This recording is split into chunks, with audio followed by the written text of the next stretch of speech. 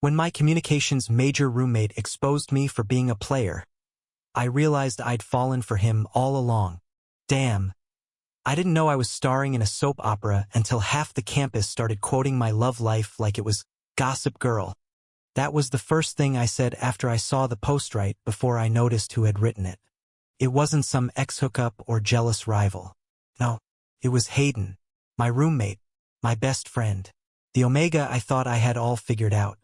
And he didn't even tag me, just uploaded the damn thing with a quiet fury that felt louder than any shout. Some people think being desirable gives them the right to treat others like disposable cups. Maybe it's time someone drank the last drop and threw you out for good. Hayden didn't name me. He didn't have to, because in the selfie he posted right under it, my damn hoodie was hanging off his shoulders. And in the background, my bed, my wall posters, my broken pride. I couldn't breathe for a second. I'd never seen Hayden angry before. He was always calm, always composed communications major, goody-goody, the kind who wrote love letters he'd never send. But now his rage was subtle, calculated, and worst of all beautiful. I'd been a beta who played with fire. Now I was standing in the ashes. Hayden and I weren't supposed to get this complicated. We were assigned roommates in sophomore year, liked herbal tea and soft indie playlists. I liked black coffee and temporary hookups. We weren't supposed to mesh, but somehow we just did. We weren't in love.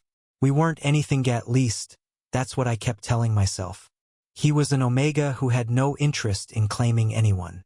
And me? I didn't even know what I was running from. I used to joke with him about it. Don't catch feelings, hey. I'm bad news. He'd smirk, eyes distant. That would require me believing you're interesting enough. But he did catch feelings. And worse, I think I did too. I just didn't know until I lost him. The post exploded faster than gossip at a frat party. Suddenly, I wasn't just the guy with the nice smile and a rotating door of casual flings. I was that guy, the villain in a college drama no one realized was real until now. People whispered. Some laughed. Some nodded like they'd known it all along. But the only voice I cared about was the one that had gone silent. Hayden didn't come back that night. His side of the room was empty, neatly made bed, books stacked perfectly, the scent of lavender and bergamot fading like a goodbye. I didn't know what to do, so I did the only thing I was good at. I tried to act like I didn't care. Until the night I found his journal. It wasn't hidden, not really, just left open on his desk, like a final act of defiance or maybe a desperate cry. The entry was dated 2 weeks ago. He kissed me again last night, said it was nothing, said I was easy to talk to. He doesn't get it. I'd burn down my pride just to hear him mean it. I sat there, frozen. And for the first time in a long time, I felt everything. I tried to find him. Turns out he'd moved to another dorm, transferred out of our room like I was some infection he needed to escape. And I don't blame him. I treated him like a comfort blanket I could wrap around myself whenever the cold of loneliness got too much. But he wasn't a blanket. He was a fire, and I'd been too blind to notice how warm he made me until I felt the chill of his absence. I didn't know how to fix it. So I did something I swore I'd never do. I wrote him a letter. Not a text. Not a DM. A real letter. On paper. Like the kind he used to write and hide between his books. I left it at the communication department's mailroom, addressed to the one who taught me how to feel. Hayden, you said I treat people like disposable cups. You're wrong. You were my favorite mug, the one I used every day, the one I never washed properly because I loved how it felt to hold it just the way it was. And I cracked it. I don't expect you to forgive me. I don't even know if you ever want to speak to me again. But I want you to know this. I wasn't afraid of loving you because you're an Omega. I was afraid because you saw through me. And I think I wanted you to. If you ever want to talk, you know where to find me. And if not, thank you for loving me enough to leave. Luca. 2 days passed. Nothing. Then, on the third morning, I woke up to the sound of someone knocking. Hayden stood there, hoodie up, hair wet from the rain. Your analog metaphors are trash, he said, stepping inside. But your handwriting's decent. I didn't know what to say. My throat closed up. my heart thudding so loud I thought he could hear it.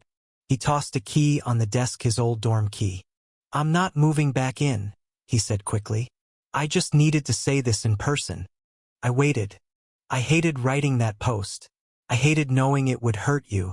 But I hated more that you never fought for me. I looked up, tears stinging behind my eyes. "I didn't know how," I said. He stared at me for a long moment. Then he reached out, slowly, like touching something fragile. And I let him. We didn't kiss. Not yet. But something passed between use and apology. A recognition. Maybe even a start. We didn't go public. Not right away. This wasn't a love story wrapped in perfection. It was messy, complicated, but it was ours. He started coming over again just for coffee at first, then for sleepovers with no labels. And one night, after an exhausting midterm and 2 mugs of chamomile tea, he looked at me and whispered, "I never stopped loving you.